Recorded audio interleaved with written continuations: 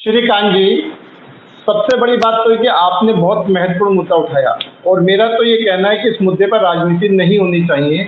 जल है तो जीवन है। जब जल है तो जीवन है, तो जल पर ईमानदारी से काम अनिल होना भाई चाहिए, एक बात ना कि झूठे बोलूं। अनिल जी एक मिनट, अनिल जी एक मिनट।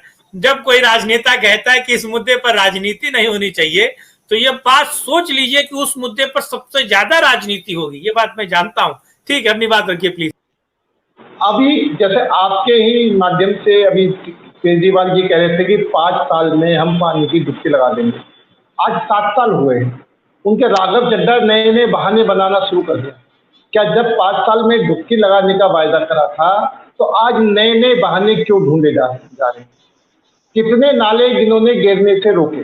अब आप ही देख रहे हैं कि वजीराबाद के एक तरफ जो हरियाणा से पानी आ रहा है, वो फिर भी अपेक्षाकृत साफ है, और उसके वजीराबाद के फौरन बाद एकदम नाला बन गया है। आज उस पर काम करने की जरूरत है, झूठे वायदे करने की जरूरत नहीं है। जिस तरीके से ये 5 साल पूरे नहीं होंगे जी। आप जब भी कहोगे 5 साल में हम गंगा जला देंगे, अब जैसे ये कहते थे हम 1000 क्लिनिक बना देंगे, वो पहले साल से लास्ट तक 1000 क्लिनिक बनाते रहे। हम 1000 बसें बढ़ाएंगे, हर बार बसें बढ़ाते रहती है, करते कुछ नहीं है, सिर्फ उस पैसे को बर्बाद करके विज्ञापनों में से बर्बाद करते हैं। वो पैसा विज्ञापनों में बर्बाद कर रहे हैं। निश्चित तौर पर जो साफ होनी चाहिए, जो नाले पड़ने बंद होने चाहिए, उस पर कोई भी काम नहीं हुआ है। आप लोगों ने यमुना के लिए क्या किया, जरा बताइए ना, कितना फंड दिया आप लोगों ने? हमने यमुना के लिए पहले चरण में 1.81 अरब रुपया दिया, दूसरे चरण में 4.69 अरब रुपया हमने दिया। जो ये रुपया इन्होंने विज्ञापनों पर और बाकी पैसे कमाने पर लगाया है, जिसको पैसा हड़पने में लगाया है, यमुना के अंदर इन्होंने बिल्कुल भी काम करके नहीं दिया है। और जिस तरीके से आप ही बता रहे थे, 94 करोड़ पानी जो बिना ट्रीटमेंट करे ये यमुना नदी में बहा रहे हैं, बिना साफ करे यमुना नदी के अंदर बहा रहे हैं, तो ये निश्चित तौर पर कहीं ना कहीं ये दिखाता है कि इनकी पूरी तरह से लापरवाही है और सिर्फ झूठे बहाने, झूठे वायदे कर रहे हैं।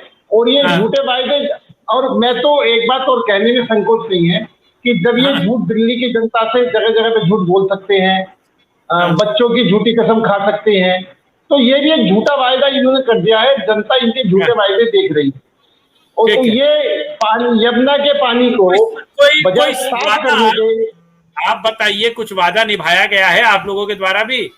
कि सब आप ये दिल्ली के ग्लोरीफाई मेयर से ही पूछेंगे, क्योंकि अरविंद केजरीवाल केवल ग्लोरीफाई मेयर है, इससे ज्यादा उनकी मुझे नहीं लगता, सॉरी टू से, कि दिल्ली में उनकी कोई ताकत है।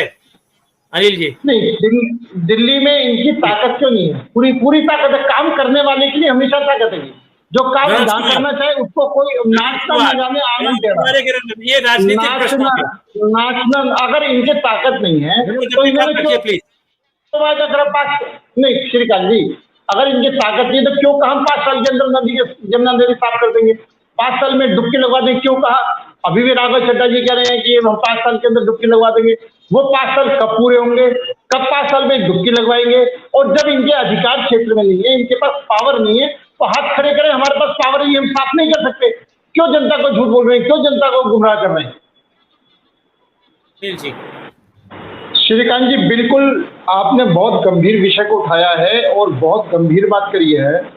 और मैंने पहली बैठ से कहा है कि इस पर राजनीति ना हो करके इसको पर काम होना चाहिए।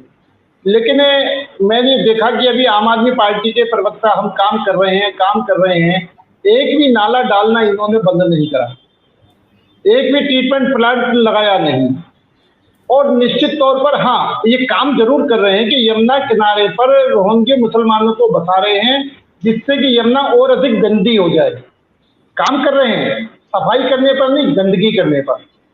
और जो 5 साल के वायदे, उस पर इनका कोई ध्यान नहीं है। आरोप लगाना, काम को छोड़ करके भाग जाना, जिम्मेदारियों को नहीं निभाना और अपनी जिम्मेदारी पर दूसरों पर डालना इनकी आदत बन चुकी है। मेरे कांग्रेस के प्रवक्ता भाई बड़ी लंबी चौड़ी, बड़ी दार्शनिक बात कर रहे थे कि भाई पता नहीं क्या है, लेकिन ये भूल गए कि दिल्ली के अंदर वो भी समय था जो केंद्र में भी आप थे, दिल्ली में भी आप थे, निगम में भी आप थे। ये यमुना है जब भी नाला ही बनी हुई थी। इसलिए लंबी चौड़ी बात बनाना, दूसरों पर आरोप लगाना, अपने गृहमान पर भी झांक के देखो कि जब हम तीनों जगह हम थे, केंद्र में भी, दिल्ली में भी, निगम में भी, तब भी यमुना का बुरा हाल था। तो जब भी यमुना का बुरा हाल था तो निश्चित तौर पर कांग्रेस ने भी यमुना के लिए कुछ नहीं करा।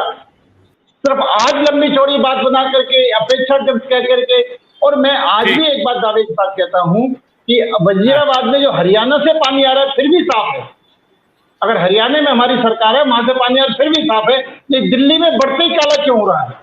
अनिल भाई, अब ये बताइएगा कि गंगा गौमुख से निकलती है और गौमुख जो है वो हमारी कॉन्स्टिट्यूंसी है, इसीलिए गंगा जो निकल रही है साफ प्योर बिकॉज ऑफ बीजेपी, क्योंकि बीजेपी सत्ता में है, इसीलिए गंगा भी सफेद है, बर्फ सफेद है, आसमान नीला है। श्रीकांत जी, मैं सिर्फ दिल्ली की बात कर रहा हूँ, वजीराबाद पुल की बात कर रहा हूँ, यमुना की बात कर रहा हूँ, मैं यमुनोत्री की बात नहीं कर रहा, मैं यमुना की बात कर रहा हूँ। दिल्ली के अंदर वजीराबाद पुल पर एक तरफ यमुना में पानी पीने भी लायक है, थोड़ी देर के देखा जा रहा है, एक तरफ पानी में हाथ धोने लायक भी पानी नहीं है। ये बड़ी शर्मनाक स्थिति है। बड़ी शर्मनाक स्थिति है। आप बार बार वायदा करके, हाँ धनुष कुमार अपनी बात रखिए। शर्मनाक स्थिति है, बार बार वायदे करके जनता को गुमराह कर रहे हैं सभी लोगों से। जी धनुष जी अपनी बात रखिए फटाफट प्लीज। गंदा और यमुना को गंदा करने के लिए रोहिंग्या मुसलमान जो हैं वो यमुना के किनारे बसा रहे हैं। श्रीकांत जी, मैं तो एक ही बात जानता हूं, कांग्रेस ने काम नहीं करा, जनता ने हटा दिया। आम आदमी पार्टी झूठे सच्चे बहाने लेकर के आई, आप भी काम नहीं करेंगे, जनता हटा देगी। सुन जी, और अब आम आदमी पार्टी झूठे वायदे करके आई है और यमुना साफ नहीं कर रही, तो निश्चित तौर पर आम आदमी पार्टी इसको चेतावनी मान करके चले कि यमुना नदी का प्रकोप आप नहीं झेल पाएंगे यमुना मैया का। या तो यमुना मैया को साफ कर लो, ईमानदारी से साफ कर लो, ईमानदारी से काम पर लग जाओ। केंद्र सरकार पूरी मदद करने को तैयार है, पूरी मदद कर रही है, और नहीं तो ये जनता, ये यमुना नदी का जो श्राप है आप नहीं झेल पाएंगे और आपको भी सत्ता से नीचे उतरना पड़ेगा। तो आप इसको चिंता कर लो, और ये जो फ्लैट बनाने का जो जमीनों पर कब्जा कर रहे हैं, और ये जमीनों पर कब्जा करना बंद करो, रोहिंग्या मुसलमानों को बसाना बंद करो, फ्लैट बनाने बंद करो, ईमानदारी से काम। ये कि हर देश का हर एक आदमी बिस्लरी की बोतल नहीं खरीद सकता है, और उसके पास पानी पहुंचाना और उसकी नदी को जिंदा रखना इस सरकारों का दायित्व है, और सरकारों को अपना दायित्व पूरा करना चाहिए। बहुत धन्यवाद आप।